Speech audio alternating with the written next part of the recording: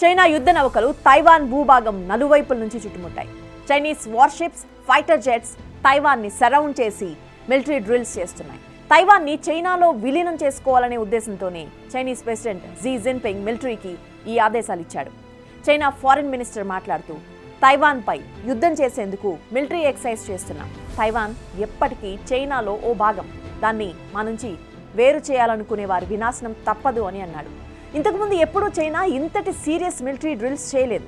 వార్కు ముందు చైనా చూపిస్తున్న ఈ టీజర్ డైరెక్ట్గా తైవాన్ గవర్నమెంట్ను యుద్ధం కోసం రెచ్చగొట్టే చర్య. వెస్టర్న్ కంట్రీస్ ఇంటెలిజెన్స్ రిపోర్ట్ ప్రకారం 2027 కల్లా తైవాన్పై చైనా దాడి చేస్తోంది. కానీ ఇప్పటి పరిస్థితులు గమనిస్తుంటే ఆ యుద్ధం ఏదో త్వరగానే వచ్చేస్తుందనిపిస్తోంది. ఇప్పటికే ప్రపంచంలో Russia Ukraine war, Israel Hamas war, Sudan civil war, ఇన్ని యుద్ధాలు జరుగుతున్నాయి. ఇప్పుడు మరో యుద్ధం, అది కూడా బలమైన చైనా, ఎంతో అభివృద్ధి చెందిన తైవాన్ మధ్య. ఈ యుద్ధం జరిగితే ప్రపంచ దేశాలకు ఎంతో నష్టం జరుగుతుందని స్పష్టంగా తెలుస్తోంది. ఎందుకంటే చైనా అటాక్ చేస్తే తైవాన్కు తప్పకుండా రిటాలియేట్ చేసే అవకాశం ఉంది. అప్పుడు అది ఒక బ్లడీ వార్గా మారుతుందని జియోపొలిటికల్ ఎక్స్పర్ట్స్ చెబుతున్నారు. అసలు చైనా తైవాన్ మధ్య గొడవ ఏంటి? యుద్ధం జరిగితే ఇండియా సహా ప్రపంచ దేశాలపై ఎలాంటి ఎఫెక్ట్ ఉంటుంది? ఇవాల్టి వ్యూలో చూద్దాం. Welcome to the view. నేను రూపా ఇందుకూరి.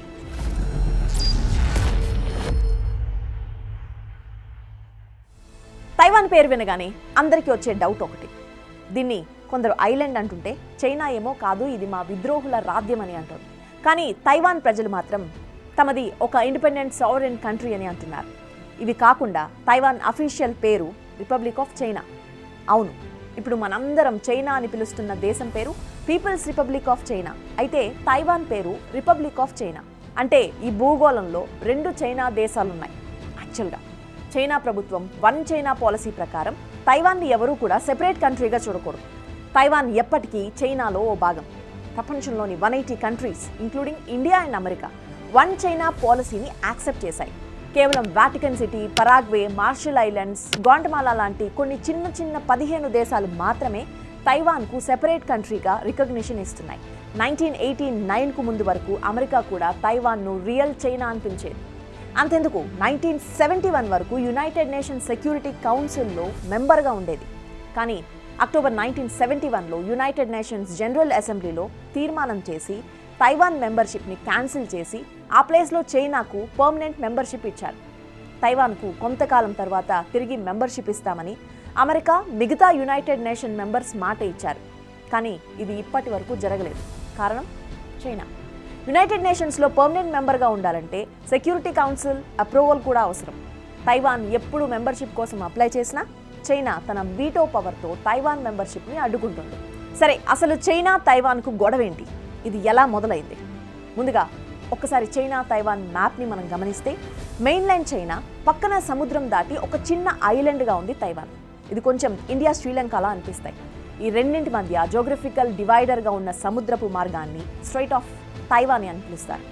ఈ స్ట్రైట్ ఆఫ్ తైవాన్ అన్అఫీషియల్గా చైనా తైవాన్ మధ్య లైన్ ఆఫ్ కంట్రోల్గా ఉంది. అయితే చాలాసార్లు చైనా యుద్ధ విమానాలు, వార్షిప్స్ లైన్ ఆఫ్ కంట్రోల్ని దాటి తైవాన్ సమీపం వరకు బాంబులు వేస్తూ ఉంటుంది. తైవాన్ పరిధిలోనే సూక్ష్మంగా ఉన్న చిన్న చిన్న ఐలాండ్స్లో చైనా సైన్యం మిలిటరీ డ్రిల్స్ చేస్తూ ఉంటుంది. దీన్ని పక్క దేశాల బోర్డర్స్లో ఇంట్రూషన్ చేయడమే అంటారు కదా. ఇలా చైనా ఒక్క తైవాన్తోనే కాదు, టిబెట్తో, ఇండియాతో కూడా ఇలాగే బిహేవ్ చేస్తూ ఉంటుంది. సరే, చైనా తైవాన్ శత్రుత్వం కథ కోసం ఇంకొంచెం చరిత్రలో వెనక్కి వెళ్ళాలి. 1895కి ముందు వరకు తైవాన్ చైనాలో భూభాగంగా ఉండేది. ఆ సమయంలో చైనాలో జింగ్ డైనాసిటీ రూల్ ఉండేది. 1895లో ఫస్ట్ చైనా జపాన్ వార్ జరిగింది. చైనా యుద్ధంలో ఓడిపోవడంతో తైవాన్ను జపాన్ ఆక్రమించుకుంది. కానీ 1945లో వరల్డ్ వార్ 2లో జపాన్ ఓడిపోయింది. దీంతో వరల్డ్ వార్ 2లో గెలిచిన వారిలో USA, UK, రష్యా, చైనా ఉన్నారు. దీంతో చైనా తిరిగి తైవాన్ని ఆక్రమించుకుంది. అప్పటి వరకు చైనాలో కాంటనాంగ్ నేషనలిస్ట్ పార్టీ నాయకుడు చియాంగ్ కైషేక్ అధికారం ఉండేది. చియాంగ్ కైషేక్ ఒక డిక్టేటర్ లాగా పరిపాలన సాగించేవాడు. అయితే వరల్డ్ వార్ 2 తర్వాత చైనాలో కమ్యూనిస్ట్ పార్టీ ప్రభావం వేగంగా పెరిగింది. నిజానికి 1927 నుంచే కమ్యూనిస్ట్ పార్టీ, నేషనలిస్ట్ పార్టీ మధ్య గొడవలు జరిగేవి. 1947లో మావో జెడాంగ్ లీడర్షిప్లోని కమ్యూనిస్ట్ పార్టీ, చియాంగ్ కైషేక్ నాయకత్వంలోని నేషనలిస్ట్ పార్టీ మధ్య చైనాలో సివిల్ వార్ మొదలైంది. ఈ సివిల్ వార్ జరుగుతుండగా 28 ఫిబ్రవరి 1947న దాదాపు 28,000 మంది చనిపోయారు. ఈ సివిల్ వార్ 2 ఏళ్ల పాటు జరిగింది. చివరికి 1949లో నేషనలిస్ట్ పార్టీ ఓడిపోవడంతో చియాంగ్ కైషేక్ మెయిన్లాండ్ చైనా నుంచి పారిపోయి చైనా ఆధీనంలోనే ఉన్న తైవాన్లో ఆయన అనుచరులతో పాటు తలదాచుకున్నాడు. తైవాన్ నుంచే చైనాను పరిపాలిస్తామని డిక్లేర్ చేశాడు. మరో 25 ఏళ్ల పాటు తైవాన్లోనే ఉంటూ చియాంగ్ కైషేక్ ఆయన కొడుకు చియాంగ్ చింగ్కువా చైనాను తిరిగి సాధిస్తామని, చైనాపై నిజమైన అధికారం తమదే అని ప్రపంచ దేశాలను నమ్మించడంతో చాలా కాలం వరకు తైవాన్లో ఉన్న కౌమింటంగ్ నేషనలిస్ట్ పార్టీ గవర్నమెంట్ని మిగతా దేశాలు కూడా చైనా అఫీషియల్ గవర్నమెంట్గా గుర్తింపునిచ్చాయి. బట్ మరోవైపు మెయిన్లాండ్ చైనాలో సివిల్ వార్ గెలిచిన కమ్యూనిస్ట్ పార్టీ నాయకుడు మావో జెడాంగ్ ప్రభావం వేగంగా పెరుగుతూ వచ్చింది. ఇక్కడ 1960s, 90s, 70s పీరియడ్ని మనం ఒక్కసారి గుర్తు చేసుకోవాలి. ఎందుకంటే ఇది రష్యా అమెరికా మధ్య కోల్డ్ వార్ జరిగిన కాలం. రష్యా కమ్యూనిస్ట్ కంట్రీ కాబట్టి ఆబ్వియస్గా మెయిన్లాండ్ చైనాలోని కమ్యూనిస్ట్ పార్టీ గవర్నమెంట్ని సపోర్ట్ చేసింది. ఇక రష్యా ఒకరిని సపోర్ట్ చేస్తే గుడ్డిగా అమెరికా దాని ఆపోజిట్ తైవాన్లోని కౌమింటంగ్ పార్టీ వైపు నిలబడింది. అందుకే అమెరికా పెత్తనం చలాయిస్తున్న యునైటెడ్ నేషన్స్ సెక్యూరిటీ కౌన్సిల్లో తైవాన్లోని రియల్ చైనా గవర్నమెంట్కు సీట్ ఇప్పించింది. అమెరికా ఎటు వెళ్తే మిగతా వెస్ట్రన్ కంట్రీస్ కూడా అటువైపే వెళ్తాయి. అందుకే చైనాలోని మావో జెడాంగ్ని కాదని అన్ని దేశాలు తైవాన్నే రియల్ చైనాగా గుర్తించడం మొదలుపెట్టాయి. అయితే 1970-71లో కథ మొత్తం అడ్డం తిరిగింది. చాలా దేశాలు అమెరికాతో ఆర్గ్యూ చేయడం మొదలుపెట్టాయి. చైనాతో వ్యాపారం చేయాలంటే దానిపై కంట్రోల్ లేని చిన్న తైవాన్ ప్రభుత్వంతో ఎలా అగ్రిమెంట్స్ చేసుకోవాలని, ఇది ప్రాక్టికల్గా కుదరదని వాదించాయి. అప్పుడు అమెరికా తప్పనిసరి పరిస్థితుల్లో తన డెసిషన్ని స్విచ్ చేసింది. చైనాలో అధికారంలో ఉన్న Mao Zedong government real China government అని అమెరికా ప్రకటించింది. అందుకే తైవాన్ను పక్కకు తోసేసి చైనాకు యునైటెడ్ నేషన్స్లో సీట్ ఇచ్చారు.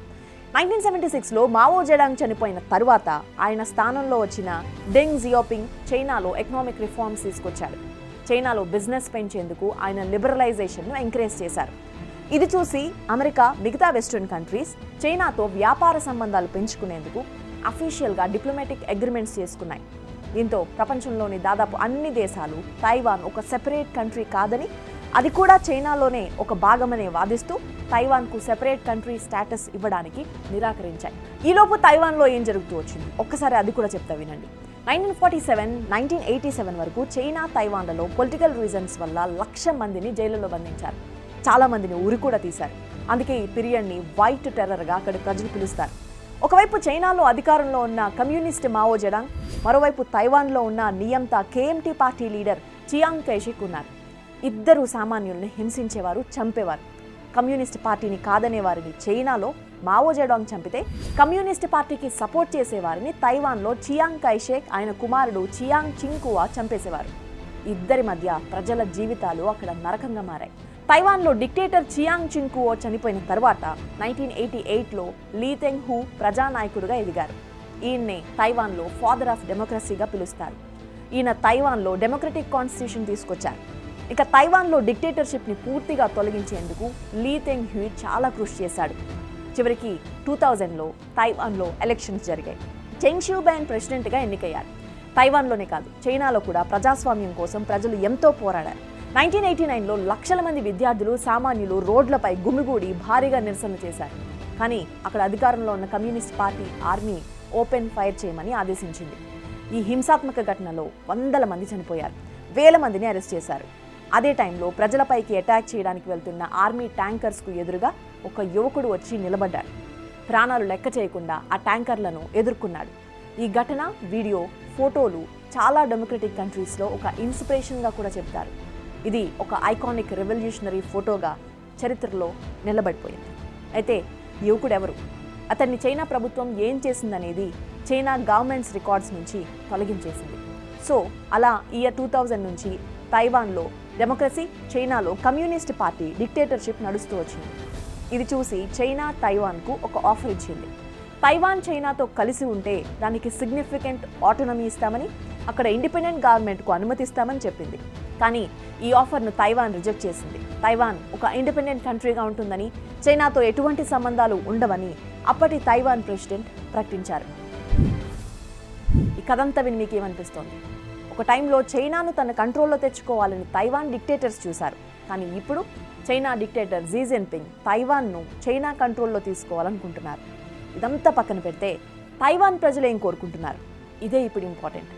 అందుకే తైవాన్ ప్రజల్లో 64% ఇండిపెండెంట్ కంట్రీగా తమను తాము తైవానీస్గా గుర్తింపు పొందాలనుకుంటున్నారు. కానీ 31% ప్రజలు చైనాతో కలిసి ఉండాలనుకుంటున్నారు.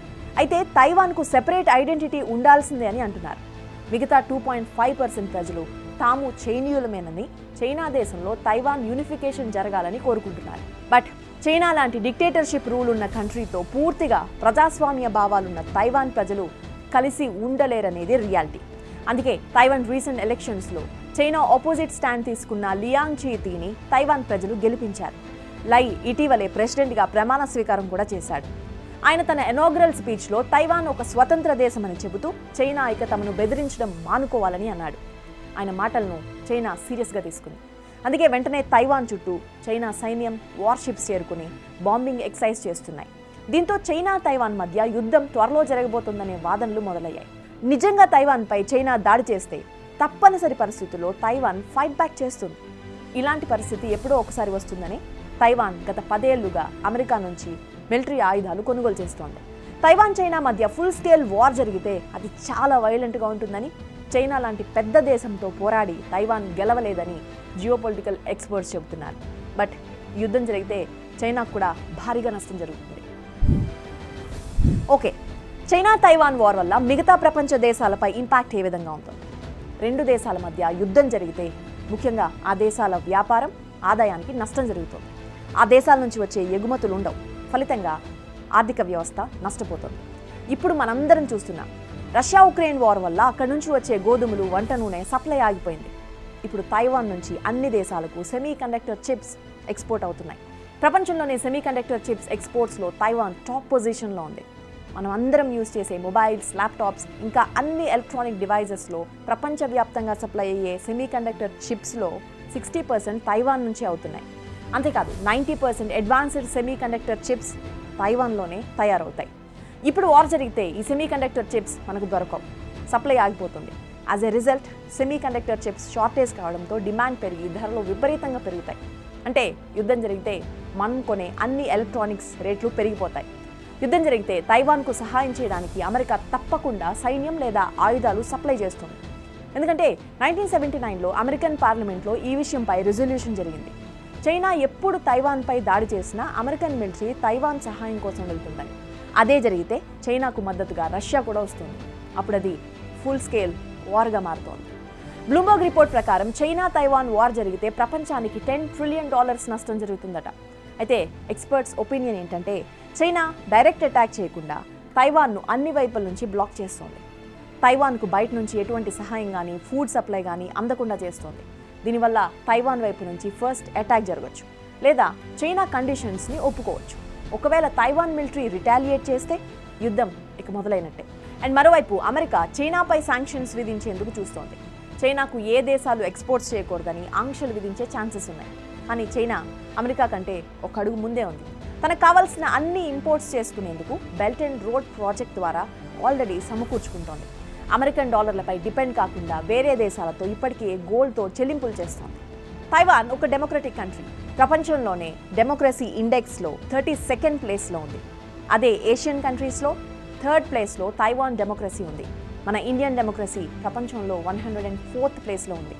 మరి మంచి ప్రజాస్వామ్య వ్యవస్థ ఉన్న తైవాన్ లాంటి దేశం ఈ అనవసర యుద్ధం వల్ల నాశనం కాకూడదని కోరుకున్నాం.